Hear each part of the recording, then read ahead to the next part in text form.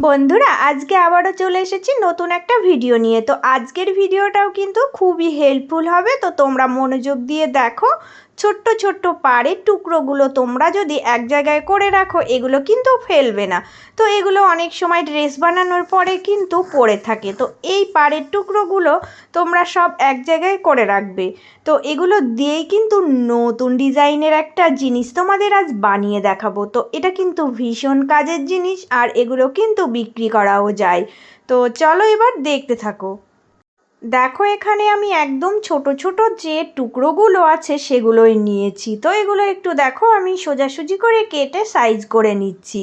তো এই রকম যে কোনো সাইজের টুকরো টুকরো পাড়গুলো তোমরা ফেলে দেবে না, সব এক জায়গায় করে এই রকম করে সুন্দর করে কেটে কিন্তু রেডি করে নেবে। তো এগুলো দিয়েই কিন্তু হয়ে যাবে। তো চলো কি করতে হবে এবার দেখিয়ে দিচ্ছি।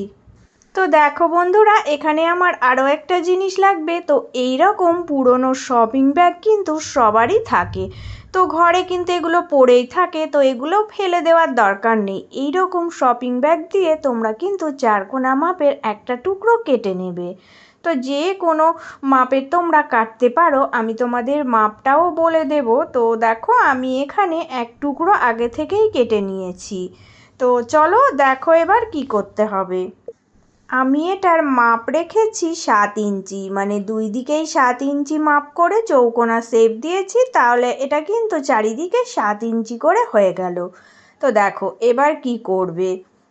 দেখো এবার কিন্তু আমি একদম ছোট্ট একটা পাড়ের টুকরো নিয়েছি, এই রকম একটা কোণাতে দেখো আমি এটাকে সেটিং করলাম। তো এটা সেলাই দিয়ে দিলাম।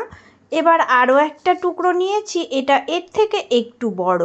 তো এই টুকরোটা দেখো এখান থেকে আমি এইভাবে করে রেখে সেলাই দেব। তো এটা সেলাই দিয়ে জয়েন করে নিলে দেখো এরকম হয়ে যাচ্ছে। তো এটাকে এইভাবে এনে এর ওপর দিয়ে আরও একটা আমি লম্বা পাড়ের টুকরো দেখো জুড়ে দিচ্ছি। তো এইভাবে করে আমি পরপর দেখো সাজিয়ে জুড়ে নিলাম। এবার কি করব দেখো, এবার কিন্তু ছোট ছোট আরও আমার কাছে পাড়ের টুকরো আছে যেগুলো একদম ছোট ছোট ফেলে দেওয়া যায় না, তো সেগুলোও কিন্তু কাজে লাগাবো। দেখো এইরকম টুকরো টুকরো করে কেটে রেখেছি। তো এই টুকরোগুলো আমি এই দিক বরাবর দেব। আমি দেখো এইরকম এই যে এই পাড়ের মাপটা অনুযায়ী একটা লাইন টেনে নিয়েছি। তো এটার পর থেকে আমি দেখো পরপর সাজিয়ে দেব। তো এইভাবে করে ছোট ছোট টুকরোগুলো দিচ্ছি, কারণ এই ছোট ছোট টুকরোগুলো আমার ফেলতে ইচ্ছে করছে না। তো এগুলো দিয়ে যদি এইভাবে করে সাজিয়ে দিই তাহলে এটা কিন্তু একটা ডিজাইনও হয়ে যাবে আর দেখতেও কিন্তু ভালো লাগবে। তাই দেখো আমি এই রকম করে টুকরো টুকরোগুলো দেখো প্রত্যেকটা জুড়ে এই লম্বায় আমি একটা লাইন তৈরি করে নিলাম।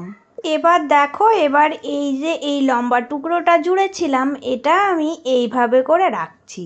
রেখে দেখো এই ধারের কোলটা একটু মুড়ে এটার ওপর দিয়ে সেলাই করে দিচ্ছি। তাহলে কি হবে না, এর সুতো ফুপিগুলো ভিতরের দিকে চলে গেল আর এটা একটা লাইন হয়ে সুন্দরভাবে সেট আপ হয়ে গেল।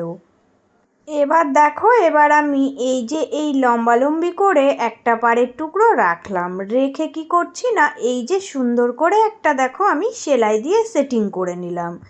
নেওয়ার পরে এটাকে কিন্তু আমি এবার জুড়বো না। তো এটা না জুড়ে দেখো আরও কিন্তু যে ছোট ছোট পাড়ের টুকরোগুলো আছে সেগুলো আমি কিভাবে জুড়ছি।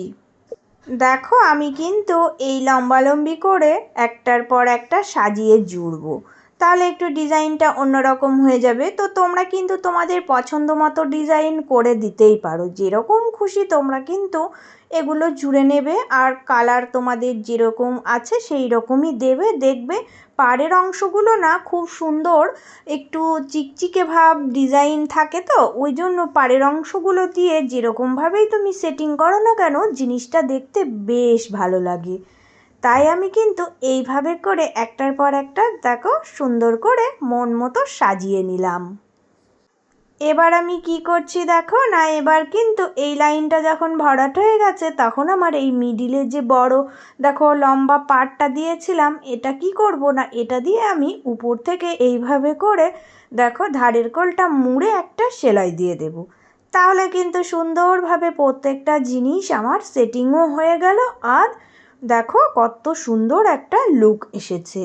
তো তো দেখো একদম ছোট ছোট কোনো টুকরো কাপড় থাকলেও সেগুলো ফেলে না দিয়ে একটু বুদ্ধি খাটিয়ে যদি কাজ করা যায় অনেক সুন্দর কিন্তু জিনিস নিজেরাই বানিয়ে নিতে পারবে।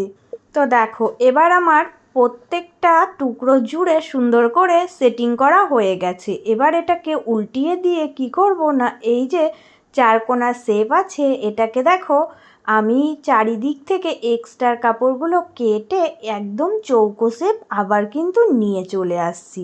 তো দেখো চৌকো শেপ হয়ে যাবে, তো এটা আমি চৌকো শেপেই করব।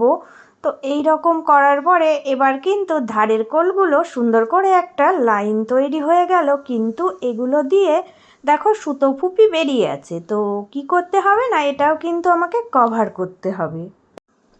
এবার দেখো আমি কিন্তু এখানে সুন্দর করে একটা এইরকম 2 ইঞ্চি মাপ করে দেখো চওড়া রেখে লম্বাটা যতটা আমার দরকার ঠিক ততটাই এই রকম রঙের একটা কাপড় কেটে নিয়েছি। তোমরা যে কোনো কালারের কেটে নিতেই পারো। তো এটা কি করব না, দেখো উল্টো দিকে আগে আমি এইভাবে করে জুড়ব। উল্টো দিকে জুড়লে কিন্তু সুবিধা হবে তোমার সোজা দিকে সুন্দর করে মুড়তে। তো তাই আমি দেখো চারিকোল দিয়ে এটাকে চৌকোনা শেপ দিয়ে জুড়ে দিলাম। এবারের সোজা করার টেকনিকটা দেখো একদমই সহজ। এইভাবে উল্টিয়ে নিয়ে দেখো আমি সোজা দিকে কাপড়টা নিয়ে আসলাম। এবার এর চারিকোলটা মুড়ে সেলাই করব।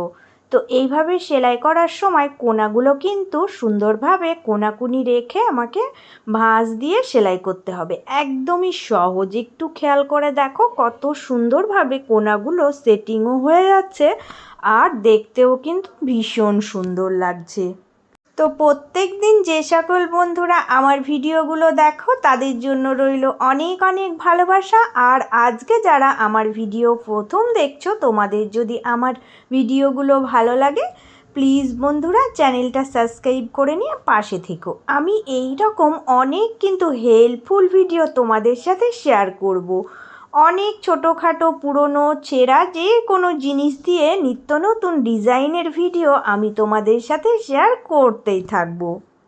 দেখো বন্ধুরা কত ছোট ছোট পাড়ের টুকরোগুলো ফেলে না দিয়ে কত সুন্দর একটা টেবিল ম্যাট বানিয়ে ফেললাম। তোমরাও কিন্তু এইভাবে বানিয়ে ফেলতেই পারবে। তো এই রকম জিনিস তোমরা দোকান থেকে না কিনে এনে নিজেরাই বানিয়ে কিন্তু বাড়িতে ব্যবহারও করতে পারবে আর সেলও করতে পারবে। তাই বলবো কোনো জিনিসই ফেলার নয়, একটু বুদ্ধি খাটিয়ে কাজ করো, দেখবে অনেক সুন্দর ডিজাইন তোমরা নিজেরাই বানাতে পারবে। তো দেখো এই রকম যদি ফুলদানি তোমরা রাখো তো কত সুন্দর লাগে দেখতে। খালি এইটা রাখার থেকে যদি এর উপরে রাখো দেখতে ভীষণ সুন্দর লাগবে। তো আজকের এই ডিজাইনটা তোমাদের কেমন লাগলো বন্ধুরা কমেন্ট করে জানিও। তো চলে আসবো আবারও একটা নতুন ভিডিওর সাথে।